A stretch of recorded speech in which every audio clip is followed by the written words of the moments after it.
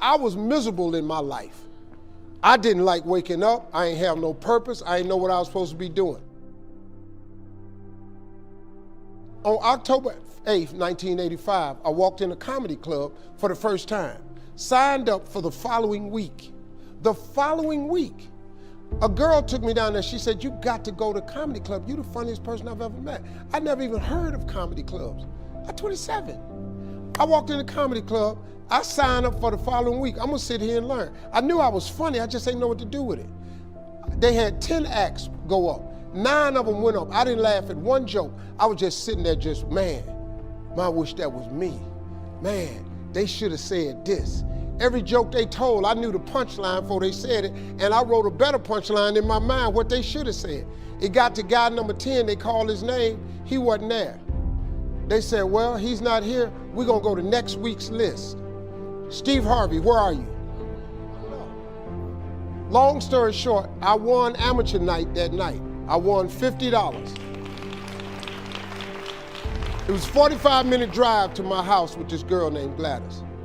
I cried 45 minutes. She said, "What you crying for? It ain't but $50. I said, no, you don't even understand. I was born tonight. I now know what I'm supposed to do. I went to work the next day, October 9th, and quit my job. With $50, I had nothing. I just never gave up. I'm gonna tell you something. That decision cost me everything I had. I lost everything. I lost my family. I lost friends.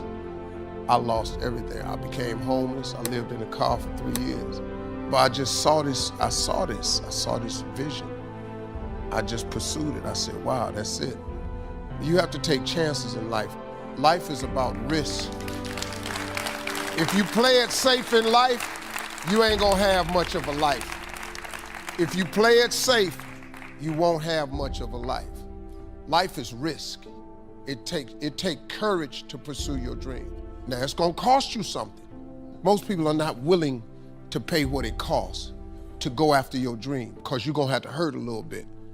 And most people don't like being uncomfortable. If you don't wanna be uncomfortable, please do not pursue success, because success is a very uncomfortable feeling. And I just learned to be comfortable being uncomfortable. Life is hard. See, for every time you have a plan, a dream, an aspiration, or a goal, do you know what happens every time you have one of those? This thing comes along called life. It happens to everybody. Life has disappointment. It's got peaks and valleys. You're gonna lose somebody you care about one day. That's a valley. Somebody gonna close the plant you thought was gonna stay open so you could retire. That's a valley. Somebody gonna fire you for an unjust cause. That's a valley. The people that got your credit card gonna sell their company, gonna sell their business to another credit card company. Your 18% go up to 26%. You don't even know why now your minimum didn't change. Cause it's life. You can stop thinking that life fitting to be easy, cause I got news for you, it ain't. That's a false hope to think you're gonna have a wonderfully carefree life. That's unthinkable. We all live in this bubble. What you gotta do, you gotta put more air in your bubble. You got to blow your bubble up. Expand yourself. Take yourself out your comfort zone. Do not live in your bubble. Put some more air in your bubble. If you stay in your comfort zone, that's where you will fail. You will fail in your comfort zone. Success is not a comfortable procedure. It is a very uncomfortable thing to attempt. So you gotta get comfortable being uncomfortable if you ever wanna be successful. Start putting some pressure on. Put some pressure on yourself. Get out here and get about it. Look, I'd love to sugarcoat this thing for you. I'd love to tell you, look, you can go out here and get rich, do a couple of things. That ain't happening. You gotta get real doggish. You gotta get downright funky if you wanna make it. Now, like I was telling you before, if you wanna be ordinary, you ain't even gotta listen to me. Just go on about your business. If you think ordinary is cool, ain't no problem. It's some really, really wonderful, ordinary people.